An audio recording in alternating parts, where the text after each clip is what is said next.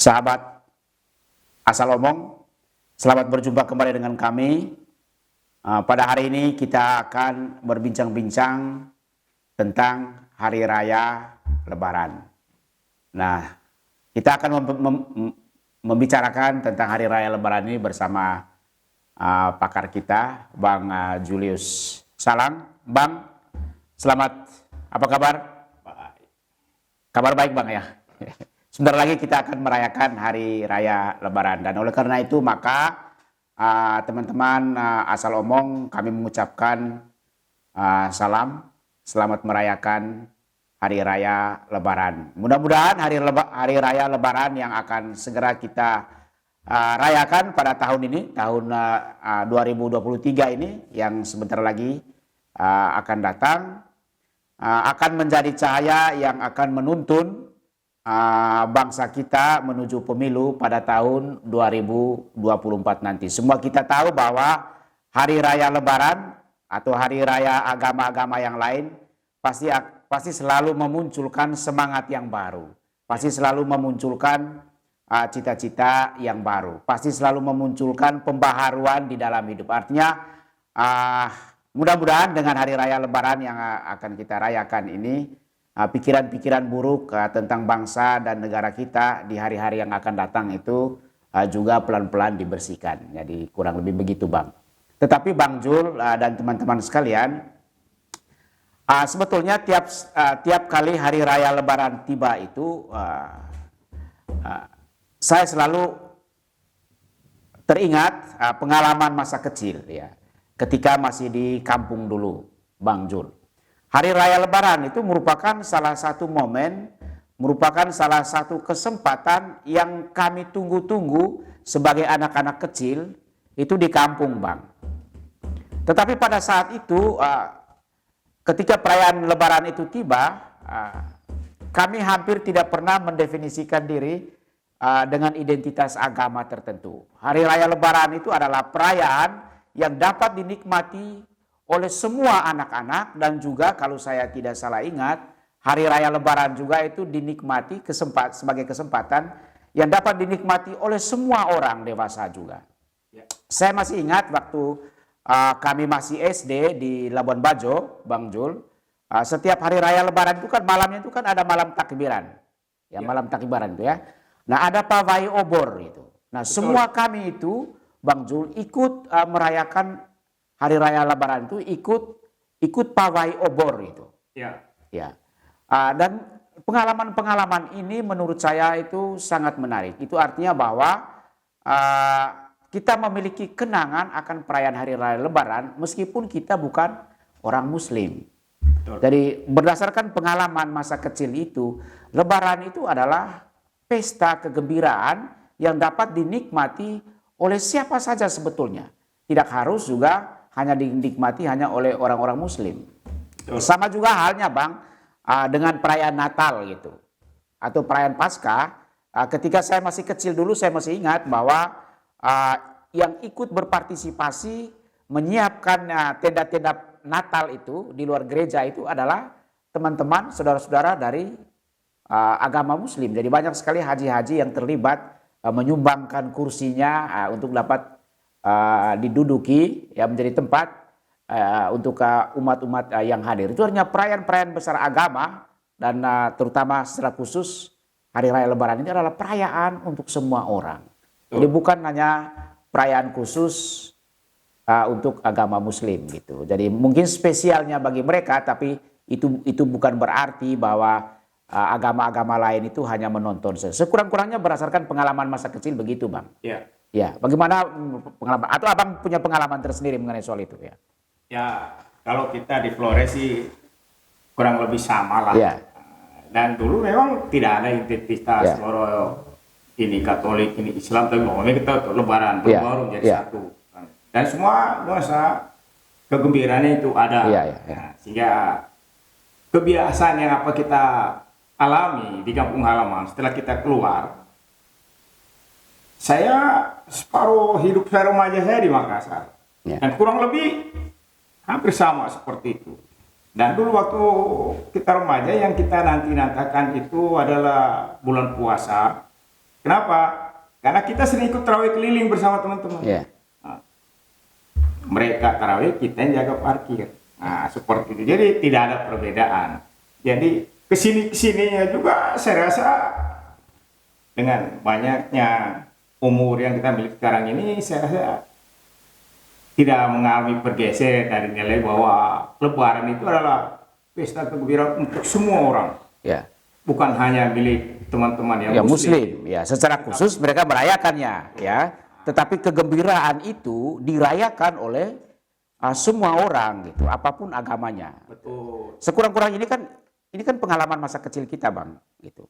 Ya. Nah, berdasarkan pengalaman masa kecil itu, maka saya merefleksikannya di masa-masa yang akan datang, ya, kebangsaan kita itu menjadi akan semakin kuat. Karena apa? Karena dia memiliki dasar emosional yang tertanam kuat dalam budaya-budaya kita gitu. Saat kita merayakan Idul Fitri misalnya, Bang, yang kita rayakan itu sebetulnya kan persaudaraannya. Betul. Orang Islam itu merayakan itu sebagai sebuah peristiwa agama, tetapi yang bukan Islam merayakan itu sebagai satu peristiwa persaudaraan. Jadi Lebaran dalam konteks itu merupakan satu ruang, ya, merupakan satu kesempatan di mana persaudaraan itu direalisasikan, di mana persaudaraan itu diaktualisasikan. Coba Abang bayangkan, misalnya begini, di keluarga kami dari pihak mama itu kan juga banyak yang Muslim gitu.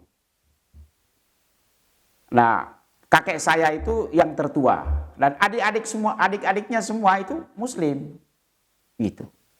Nah, perayaan-perayaan agama ini itu dengan demikian menjadi momen, menjadi kesempatan, menjadi ruang di mana persaudaraan itu di antara mereka, kakek saya dengan adik-adiknya dan juga seluruh keturunannya itu menjadi kesempatan untuk merealisasikan persaudaraan itu. Gitu.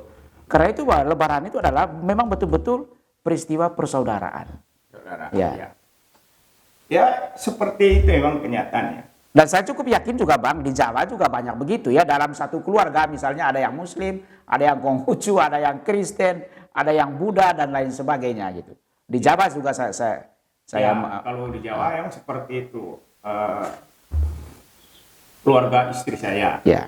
Jadi kalau lebaran seperti ini, itu kumpul semua di rumah orang tuanya istri saya. Ya. Karena mertua saya Konghucu. Ya. Istri saya Katolik. Tetapi kakak-kakaknya yang lain, yang Islam, ada juga yang Konghucu, ada juga. Jadi berkumpul di rumahnya ibu itu rame. Nah, itu tadi seperti apa yang berkaitan dengan bagaimana kita membuktikan persaudaraan itu. Dan persaudaraan itu diwujudkan dalam kegembiraan hari raya Lebaran itu. Jadi jangan kita mengatakan, oh ini Lebarannya, ya mungkin secara ritual keagamannya, itu milik saudara-saudara kita yang Muslim. Tapi persaudaraan kegembiraan itu milik semua kita yang berada di Republik ini. Yang masih aja jauh sekarang ini, besok mau Lebaran. Di rumah pasti tetangga-tetangga itu ngantar makanan ke rumah. Itu bukti bahwa kita ikut serta di dalamnya. Nah, apa yang kita ikut sertakan adalah kedamaian dan kegembiraan bersama saudara-saudara kita itu. Seperti itu. Jadi bukan milik orang-orang atau saudara-saudara kita yang Muslim, tapi milik semua bangsa Indonesia.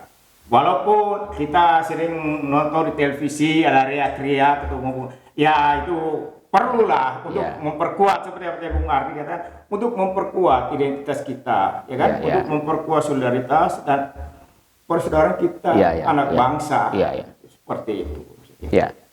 Dan juga teman-teman asal omong, dalam setiap pribadi kita itu kan kita tidak hanya memiliki setiap individu. Setiap individu itu bukan hanya terdiri dari satu identitas tunggal sebetulnya, Bang. Setiap individu itu pasti dia memuat atau mengandung multi identitas gitu. Misalnya saya itu Katolik, tetapi identitas saya kan bukan hanya Katolik. Identitas saya itu dalam konteks keluarga misalnya, saya adalah sepupu dari saudara saya yang Islam. Betul. Itu artinya bahwa antara saya dengan sepupu saya dari sisi agama itu berbeda, tetapi dari sisi keturunan kita itu sama. Jadi Itu baru dari sisi itunya, Bang.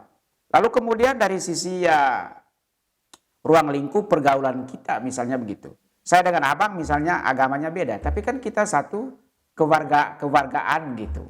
Jadi ya dalam setiap orang itu selalu punya alasan untuk merayakan kehidupan beragama itu secara bersama-sama dalam konteks persaudaraan. Mengapa? Karena tidak ada satupun individu yang hanya memiliki satu identitas. Nah, itulah yang menjadi persoalan yang sering kita hadapi saat-saat ini, di mana setiap orang hanya mendefinisikan dirinya dalam satu konteks identitas. Misalnya Islam, Islam doang, Katolik, Katolik doang, Kristen, Kristen saja. Padahal di dalam diri setiap individu ada multi identitas.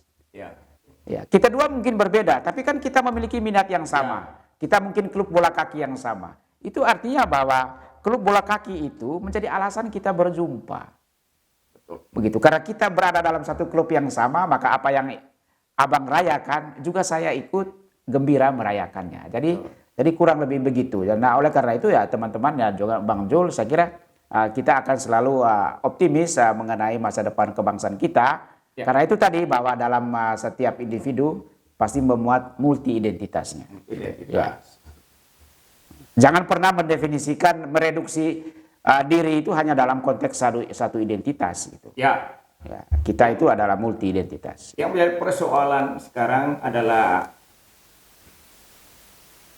ada sebagian kecil orang bahwa mereka hanya memiliki identitas tunggal pada dirinya. Hanya mendefinisikan dirinya dalam identitas tunggal gitu ya. Tidak seperti apa kita bahwa kita itu multi identitas. Multi identitas saya. Kakak saya Islam, adik saya Katolik, ya kan? Ya.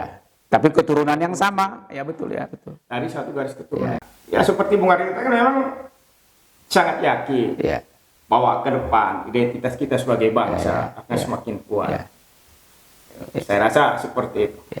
Jadi sekali lagi teman-teman, channel Pojok Asal Omong dari kantor pojokbebas.com ini kami mengucapkan selamat merayakan Hari Raya Lebaran, dan semoga ini membawa berkat bagi seluruh alam semesta dan terutama berkat bagi bangsa dan negara kita. Mari kita sama-sama bahagia menyambut Hari Raya Lebaran. Salam dan terima kasih.